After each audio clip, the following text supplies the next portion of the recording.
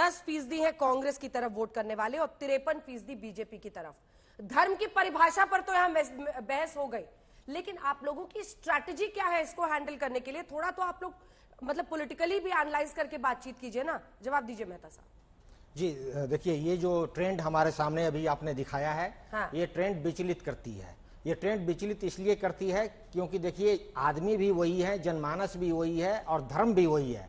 लेकिन जैसे ही नरेंद्र मोदी जी सत्ता में आते हैं 2014 और 2019 में, तो देखिए ट्रेंड जो है एकदम डबल और ट्रिपल हो जाता है, वोटिंग पैटर्न बदल जाता है, उनका नंबर ऑफ सीट बदल जाता है। ऐसा इसलिए होता है कि भारत की जनमानस की जो मुद्दा है, उस मुद्दे का अपहरण मीडिया और बाजार और धर्म के माध्यम से किया जा रहा है। सांस्कृतिक राष्ट्रवाद को आगे कर धर्म को यूज कर सांस्कृतिक वर्चस्ववाद की नीति अपनाई जा रही है, जिसका जो है भारत की मासूम जनता पे ये असर पड़ रहा है कि ये जो सरकार है, ये सरकार जो है धर्म के आधारित चलने वाली सरकार है, संविधान के मूल्यों को विखंडित कर रही है। और संविधान के निर्माताओं ने जिन मूल्यों को संविधान में अंकित किया था, आजादी, भाईचारा और जो है प्रजातंत्र की प्रजातांत्रिकरण के साथ, देखिए ये सारा जो मुद्दा है, इनका मुद्दा गौण है। संस्थाओं को जो दुरुपयोग करके ओपोजिशन लीडर की तरफ जो है ये छोड़ देते हैं। हाँ। और ये चाहे कर्नाटक हो, चाहे आसाम हो, चाहे बंगाल हो, चाहे बिहार हो। अभी मैं नहीं, एक मिनट, ये शुक्ला जी स्ट्रैटेजी इनकी दिख रही है। स्ट्रैटेजी क्या है कि जनता मासूम है, उनको सांस्कृतिक राष्ट्रवाद और धर्म का चश्मा पहनाकर उनसे वोट करा दिया जाता है। ये स्ट्रैटेजी क्या पॉलिटिकली आपको सही लगती है इसको काउंटर करने के? क्योंकि आपने भी कहा 22 जनवरी के बाद ये ग्राफ बताता है कि हो सकता है कि बीजेपी की तरफ और वोटर्स हैं। देखिए अंजना जी, आपने शब्द का इस्तेमाल किया, जनता मासूम है, इन्होंने किया है। हाँ, और क्या यही स्ट्रैटेजी है? मुझे लगता है चुनाव में जो भी पार्टी जाती है, चुनाव हो, कोई खेल हो, कोई एग्जामिनेशन हो, हर व्यक्ति को अधिकार है स्ट्रैटेजी बनाने की। तो पॉलिटिकल पार्टी है, चुनाव में जा रही है, वो स्ट्रैटेजी बनाएगी, कानून के दायरे में स्ट्रैटेजी होनी चाहिए और उस स्ट्रैटेजी का काट उसके प्रतिद्वंदी को ढूंढनी चाहिए। अगर उसका प्रतिद्वंदी उसकी काट नहीं ढूंढ पाता है तो स्ट्रैटेजी बनाने वाले की गलती नहीं है। जैसे मैंने कहा, चाहे वो आप रेस दौड़ रहे हो, चाहे एग्जामिनेशन दे रहे हो, पॉलिटिकल पार्टी भी एक तरह से रेस दौड़ रही है, ये चुनावी रेस है। हर पार्टी को स्ट्रैटेजी बनाने की जरूरत है, कोशिश उसकी अपनी कोशिश है। ये जरूर है, हमें लगता है कि कुछ ऐसे मुद्दे हैं जो बहुत अहम हैं, चाहे बेरोजगारी का मुद्दा हो, महंगाई का मुद्दा हो, पॉलिटिकल पार्टी इतनी चतुराई से स्ट्रैटेजी बना रही है, खासकर बीजेपी का मैं जिक्र कर रहा हूं कि ये बड़े मुद्दे जो हैं वो बिल्कुल दरकिनार हो जाते हैं, किनारे रह जाते हैं। लेकिन अब जिम्मेवारी किसकी है? क्या बीजेपी की जिम्मेवारी है? मुझे लगता है विपक्षी पार्टियों की जिम्मेवारी है कि इन मुद्दों को वो जनता के सामने लाएं और एक काउंटर नैरेटिव क्रिएट किया जाए। एक स्ट्रैटेजी कास्ट सेंसस की थी, 5 राज्यों के चुनावी नतीजों ने क्या बताया? कांग्रेस ने मैनिफेस्टो में डाल दिया है कास्ट सेंसस कराएंगे। देखिए, अगर विधानसभा के चुनाव नतीजों को देखें, पिछले 5 राज्यों में जो चुनाव हुए, वो तो ये बताते हैं कि एज अ स्टैंड अलोन अगर मुद्दे की बात करें तो जनता से पूछे, वो कहते हैं हाँ ये होना चाहिए, उससे विरोध नहीं है, इस मुद्दे के बारे में जनता के बीच में विरोध नहीं है। लेकिन क्या इस मुद्दे को ध्यान में रखकर लोग वोट दे रहे हैं और कांग्रेस को वोट करेंगे या ऐसी पार्टियों को वोट करेंगे जो इसके लिए एक तरह से प्रतिबद्ध हैं और इसकी तारीफदारी कर रहे हैं? ऐसा होता हुआ तो कम से कम विधानसभा के चुनाव के नतीजों में दिखाई नहीं पड़ा। अब आने वाले लोकसभा चुनाव में ये होगा या नहीं होगा, ये देखने की बात। ठीक है, मेहता जी एक जवाब दीजिए। जी देखिए मैम, आपने अभी स्ट्रेटजी की बात की, तो जो स्ट्रेटजी हमारे सामने है वो बहुत पहले से भी ये स्ट्रेटजी रही है, संपर्क और संवाद का स्ट्रेटजी है। माननीय राहुल गांधी जी ने भी संपर्क और संवाद कर रहे हैं, हम लोगों की पार्टी राष्ट्रीय जनता दल भी संपर्क और संवाद की स्ट्रेटजी कर चाहे जाति जनगणना हो, रोजगार का बात हो, सिंचाई की बात हो, जो है एम्प्लॉयमेंट की बात हो, पढ़ाई की बात हो, और जो है आरक्षण के और जो कल्याणकारी राज्य की अवधारणा को जो विखंडन किया है, इन सब मूल्यों को लेकर हम जनता के सामने जा रहे हैं। और हर राज्य में देखिए, इंडिया अलायंस के जितने भी लीडर हैं हमारे, हर एक राज्य में मजबूत स्थिति में है और वो अपने अपने राज्य में जो है मजबूती के साथ जो है हम लोग जो है जनता के सामने और संवाद कर रहे हैं। संपर्क और संवाद, और अभी तो राहुल गांधी भी निकल रहे हैं भारत जोड़ो न्याय यात्रा पर, जिसमें वो आप लोग कहते थे नदन इंडिया में नहीं जा रहे हैं, 355 सीटें जिन राज्यों में कवर हो रहा है उन सभी जगहों पर जाएं। पहले उन्होंने कहा कि संविधान के अनुकूल काम नहीं कर रहे। भाई ये बताइए, प्रभु रामचंद्र जी का मंदिर संविधान के अनुकूल बन रहा है कि नहीं बन रहा है? काशी कॉरिडोर संविधान के अनुकूल बना कि नहीं बना? महाकाल कॉरिडोर जो है संविधान के अनुकूल बना कि नहीं बना? केदारनाथ का पुनर्निर्माण संविधान के अनुकूल हुआ कि नहीं हुआ? ये सबको विपरीत क्यों लग रहा है भाई? हज हाउस बनेगा तो ही संविधान के अनुकूल होगा, रोजा इफ्तार होगा तो ही संविधान के अनुकूल होगा। तो कृपा करके संविधान की सुविधानुकूल व्याख्या करना बंद करें। एक बात, ये संपर्क जहां और संवाद की जहां तक बात है, तो भारतीय जनता पार्टी का शीर्ष नेतृत्व से लेके नीचे बूथ का कार्यकर्ता तक सतत संवाद और संपर्क करता है। हमारे यहाँ तो पन्ना प्रमुख भी जो है वो मतदाता से सीधे संपर्क करता है, और हमारे आदरणीय अध्यक्ष जी भी बूथ पर जाकर काम करते हैं। आदरणीय प्रधानमंत्री जी भी बूथ के कार्यकर्ताओं से भेंट करते हैं, उनको संबोधित करते हैं। तो संपर्क और संवाद का सिलसिला सतत चलता है। ये देखिए सुप्रिया जी, हम तस्वीरें दिखा रहे हैं जब कमलनाथ के साथ मध्य प्रदेश के चुनाव के दौरान, वापस एक बार वो तस्वीरें, ये तो प्रधानमंत्री नरेंद्र मोदी की है, राहुल गांधी, कमलनाथ। लेकिन फिर भी धर्म का जब मामला आता है, मध्य प्रदेश चुनाव की नहीं है, भारत जोड़ो यात्रा की, भारत जोड़ो यात्रा की होगी, ठीक है, गलती है मेरी, उसको सुधार कर देते हैं। ये तस्वीरें मध्य प्रदेश की है, इतना तो समझ में आ ही रहा है, और वहां पर महाकाल मंदिर की है। फिर भी जो धर्म को ज्यादा मानने वाले लोग हैं वो बीजेपी की तरफ जाते हैं, ये क्या कह रहा है आपसे? 2019 में बीजेपी का वोट शेयर क्या था? 38%। जिस देश में 86% हिंदू हैं, 38% वोट शेयर आपको क्या दिखाता है? कि जो धर्म को मानने वाले, जो धर्म भीरू लोग हैं, जो धर्म अनुयायी हैं, वो भी इनकी बात से सहमत नहीं है। वो शांति चाहते हैं, वो भाईचारा चाहते हैं। वो नहीं चाहते हैं कि महाकाल में 960 करोड़ का मूर्तियों में घोटाला हो जाए और एक आंधी में मूर्तियां ध्वस्त हो जाएं। ठीक है, राम मंदिर बन रहा है, हम सबकी आस्था का प्रतीक है, लेकिन यह भी सच है कि वो वहां पर होने वाले जमीन घोटालों से क्षुब्ध है, जिस पर सरकार ने चुप्पी बनाए रखी। बीच में मत बोलिए, मैं बीच में नहीं बोलूंगी, फिर आपको मैं बोलने नहीं दूंगी, अब आप बोलते रहिए। अब आप बोलते रहिए और आपको मैं बोलने नहीं दूंगी। और कस के चीखिए, उनको तो पीड़ा होगी, और कस के चीखिए, और ऐसे ही फटेगी, लापरवाही होगी।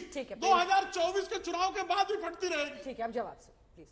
ये भाषा फटती रहेगी। आपके शो पर प्रयोग हो रहा है, भाषा पर ये आपके शो में बोला गया है। ठीक है, अब आप लोग वापस आ जाइए, टॉपिक पर आइए। भाषा पर भी कह रहे कलेजा फटता है, ये कह रहे थे, पर मत बोलिए, ऐसी भाषा मत बोलिए कि आप ही को बाद में अच्छा लगेगा। भाषा बोली, घर पे टीवी देखिएगा, आपको अच्छा लगेगा।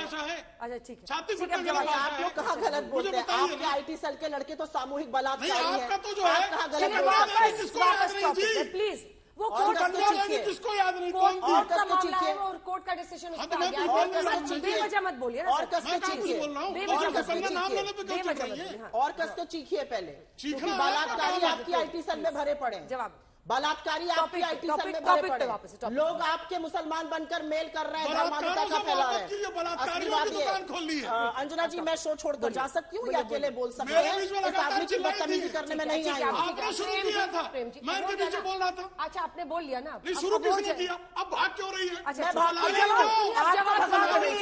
तुम दबा के भाग लोगे, मैं फिर शुरू तुम नहीं है, लेकिन आप तुमदार कर रहे हैं। तो दमदार प्रेम शुक्ला जी, प्लीज सर।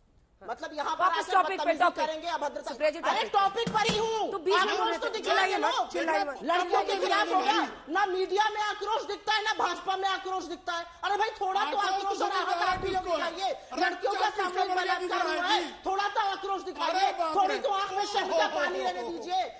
मत करिए, आपके घर में भी औरतें होंगी, आपकी भी बेटी होगी, आपकी भी पत्नी होगी, आपकी भी बहन होगी, यहाँ मत करिए। यहाँ पर असलियत बात यह है अंजना जी, जो 14.25 लाख भारतीयों ने पिछले 9 साल में इस देश की नागरिकता छोड़ दी, 13,75,000 लोगों ने छोड़ी, वो उनमें बहुत सारे हिंदू थे। आज असलियत यह है कि जब बेरोजगारी 8.8% पे और बेरोजगार सड़क पे आता है, उसको लाठी और डंडों से पीटा जाता है, उसमें से अधिकांश हिंदू हैं। आज असलियत यह है कि 1000 रुपए का सिलेंडर जब बिक रहा है, उसमें से अधिकांश हिंदू औरतें खरीद रही हैं। यही कारण है कि धर्म को मानने वाले भी इनके बारे में नहीं बरगला रहे हैं। आज असलियत यह है कि ये कहते हैं, महाकाल की बात करते हैं, 900 करोड़ रुपए का घोटाला वहां हुआ, ये बात करते हैं राम मंदिर की, जमीन के घोटालों की जांच तो होगी ही एक दिन, और उसमें आपके शीर्ष नेतृत्व फंसा पाया जाएगा। मैं सिर्फ एक बात कहना चाहती हूं, और वो बात मुद्दे की है।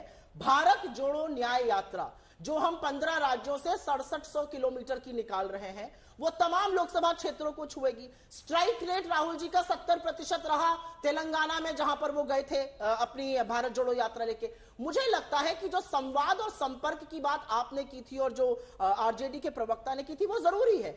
आज इस देश में एक व्यक्ति अपने मन की बात बोलता है और सारे देश पर थोपी जाती है, लेकिन ये देश अपनी बात सुनाना चाहता है। भारत जोड़ो यात्रा का सबसे बड़ा मैसेज ही यह था कि हमारे मन की बात सुनने वाला कोई नहीं है, और इसीलिए हमको लगता है कि जहां पर मीडिया, जहां पर सरकार का तंत्र, जहां पर सरकार की फ्रंटल बन चुकी एजेंसीज, अगर ऑपोजिशन को सदन 150 सांसदों को निकालकर आप कानून बना रहे हैं, और ऐसे कानून बना रहे हैं कि ट्रक ड्राइवर हड़ताल करता है और आपको मुंह की खानी पड़ती है, आपको वो कानून वापस लेना पड़ता है। इस तरह से आप सरकार चलाइएगा। तो मेरा अपना मानना यह, और इसमें ज्यादा बड़ी बात नहीं करनी है, मेरा अपना मानना यह, हिंदू हो, मुसलमान हो, किसी भी धर्म को मानने वाला हो, महंगाई, बेरोजगारी, आर्थिक असमानता, गुर्बत, गरीबी से हर व्यक्ति इनके राज में जूझ रहा है, और वो जानता है कि ये राम राज की परिकल्पना नहीं है, क्योंकि राम राज जो कहता है कि दैहिक दैविक भौतिक तापा, राम राज नहीं कहूं व्यापा। जब लोग भूखमरी से जूझ रहे हैं तो वो राम राज की परिकल्पना नहीं है। संजय जी, जब 35% मंदिर कभी नहीं जाने, पूजा कभी नहीं करने वाले, 39% कभी मंदिर जाने वाले नहीं, 53% के आसपास आप देख रहे हैं ये सबसे कम जो आस्था वाले 29% लोग भी बीजेपी को वोट दे रहे हैं, तो ये क्या कह रहा है फिर? जो बिल्कुल आस्था नहीं रखते हैं उनमें से भी अगर आप देख रहे हैं 37% एकदम कम वाले। अंजना जी, ये कहना बिल्कुल गलत होगा अगर आंकड़ों के नजरिए से देखें कि बीजेपी का ग्राफ सिर्फ उन्हीं वोटरों के बीच में बढ़ा है जिनकी धर्म में आस्था है, तो शायद गलत होगा। आंकड़े बहुत साफ बताते हैं कि ग्राफ तो हर वर्ग में बढ़ता हुआ दिखाई पड़ता है। आप कंपेयर करें 2009 के चुनाव में बीजेपी के पास 18.6% वोट था, अब बीजेपी का वोट 38% है, लगभग दुगने से भी ज्यादा। तो ग्राफ तो बढ़ता हुआ सब में दिखाई पड़ेगा और यही आंकड़े बता रहे हैं। लेकिन एक ट्रेंड बहुत साफ है, जिनकी धर्म में आस्था ज्यादा है, जो ज्यादा मंदिर ज्यादा जाते हैं, जो पूजा पाठ ज्यादा करते हैं, कंपैरेटिवली वो लोग बीजेपी के लिए ज्यादा वोट कर रहे हैं कंपेयर टू उनके जो काउंटर पार्ट है। कहने का मतलब जो मंदिर नहीं जाते हैं, ऐसा नहीं कि उनमें कोई बीजेपी को वोट नहीं करता, वो भी वोट करते हैं। लेकिन अगर तुलनात्मक दृष्टिकोण से देखें तो जो मंदिर रोज जा रहे हैं उनमें से बीजेपी के वोट देने वालों का प्रतिशत कहीं ज्यादा है कंपेयर टू उन लोगों में जो मंदिर या तो कभी नहीं जाते या कम जाते हैं। साफ ट्रेंड है। एक सवाल और, 3-4 चीजों को देखते हुए बहुत साफ ट्रेंड दिखाई पड़ता है। एक सवाल और मेरे आपसे है, जब 89 में राम मंदिर को लेकर चर्चा शुरू हो गई थी, तेज हो रही थी, उस वक्त 11% के आसपास थी बीजेपी, 85 सीटें। जब 90 में मुलायम सिंह सरकार गोलियां चलाती है राम भक्तों पर, उसके बाद 20% तक वो पहुंचते हैं। लेकिन जब 92 में विवादित ढांचा गिरता है, उसके बाद के 96 के चुनाव में इनको फायदा नहीं होता है, वोट परसेंटेज उतना ही रह जाता है, सीटों में 40 सीट जरूर ये बढ़ते हैं। देखिए ये क्या बता रहा है? हाँ, उस समय एक आइडिया के रूप में था। तो एक आइडिया आप कहें कि आर्किटेक्चर एक जैसे कागज पे बनाया, लेकिन जैसे जैसे वो हकीकत बनता हुआ दिखने लगा, लोगों की उम्मीदें जगी। हिंदू धर्म मानने वाले जो मंदिर में आस्था रखते हैं, उनमें ऐसा लगने लगा कि ये हकीकत है, और अगर बीजेपी सरकार में आएगी तो ये शायद होता हुआ दिखाई पड़ेगा, जो अब 22 जनवरी को होता हुआ दिखाई पड़ रहा है। तो लोगों का जो रुझान है वो बीजेपी की तरफ ज्यादा होने लगा। तो एक आइडिया के दृष्टिकोण से था, और एक हकीकत बनता हुआ जब दिखा तो बीजेपी का ग्राफ आपको उसी तरह से बढ़ता हुआ दिखाई पड़ता है। ठीक है मेहता जी, अब जल्दी जल्दी एक कमेंट ले रहे। मेहता जी, इंडिया गठबंधन की ये स्ट्रैटेजी तो नहीं हो सकती कि वहां पर जितेंद्र आव्हाड, एनसीपी, शरद पवार गुट के ये कह दें कि भगवान राम मांसाहारी थे, या फिर एक रोज एक ऐसा बयान आता है जिसमें लगता है कि आप लोग बीजेपी की बी टीम बन रहे हैं, इंडिया गठबंधन के ही कई साथी, और आप लोग को सफाई देते फिरना पड़ता है उसके बाद। देखिए, राम मर्यादा पुरुषोत्तम राम सबके राम है, लेकिन जिन लोगों ने सबसे बड़े राम के अनुयायी महात्मा गांधी, जो सुबह से शाम तक सीताराम राम राम करते थे, उनको हे राम तक पहुंचाने का अगर किसी ने काम किया है, उस आइडियोलॉजी के तहत जो है भारतीय जनता पार्टी आज भी काम कर रही है। ये जो लड़ाई 2024 की लड़ाई आप देख रहे हैं, ये ऐतिहासिक लड़ाई है। ये लड़ाई जो है सम्राट अशोक की जो मौर्य वंश था उसको खत्म किया तब की बात है, महात्मा गांधी की हत्या किया तब की बात है। और जब ये बात अभी संजय जी कह रहे थे कि 92 में 20% के आसपास ही भाजपा रह गई थी, तो आप देखिए उस समय जो संविधान के निर्माताओं ने जो मूल दिए थे पार्टिसिपेटरी डेमोक्रेसी का, प्रजातंत्र प्रजातांत्रिकरण का, उसी का जो ब्यूटी था वो निकल कर आया और बीजेपी को रोकने में हम लोग कामयाब हुए थे। और आज भी मैं कह रहा हूं कि 2024 में एक तरफ सांस्कृतिक राष्ट्रवाद है, दूसरी तरफ संवैधानिक राष्ट्रवाद है। संपर्क और संवाद के माध्यम से 2024 में हम जो है उन लोगों को हराएंगे। सुप्रिया जी, दो लाइन का कमेंट प्लीज। नहीं, बस 2 ही लाइन का कमेंट है। कमेंट सिर्फ ये है कि आस्था, और मुझे थोड़ी आपत्ति इस पूरे शो पर भी, अगर मुझे पता होता तो शायद मैं पार्टिसिपेट नहीं करती, क्योंकि मुझे लगता है आस्था के बेसिस पर वोटर को डिवाइड नहीं किया जा सकता। आस्था मेरा बड़ा पर्सनल विषय है। मेरा अपना मानना है कि हर धर्म का अनुयायी, चाहे वो हिंदू हो या मुस्लिम हो, वो गुड गवर्नेंस चाहता है। हकीकत पेपर पे और हकीकत जो बयां हो गई देश में, उसमें ये अंतर है कि 15 लाख आने थे, 2 करोड़ रोजगार बनने थे, यहां पर 51,000 पर्चियां प्रधानमंत्री बांट रहे हैं। तो असलियत और जो खाके पर था उसको इस देश ने सहा है, और ये देश कहता है हमारी गिनती करो, हमसे डरो मत। और इसीलिए कास्ट सेंसस एक रियलिटी है जो आपको लोकसभा के चुनावों में अगर बहुत ज्यादा आस्था करने वाले आपको वोट कर रहे हैं, तो कभी पूजा नहीं करने वाले 35% ने भी 2019 में किया था।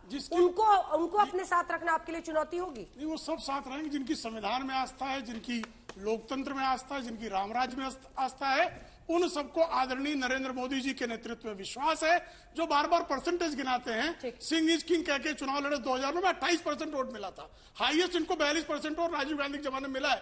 हम 38 तक आए हैं, 45 तक जाएंगे। चलिए इसी के साथ एक बात बोले, खत्म नहीं होगा। कहा नहीं, आपकी बात उनके क्या बोलना है। 53% जो सबसे ज्यादा मानने वाले थे उन्होंने बीजेपी, 47% सबसे ज्यादा मानने वालों ने नहीं दिया। ये प्रतिशत बढ़ेगा, ये आप लिख कर ले लीजिए।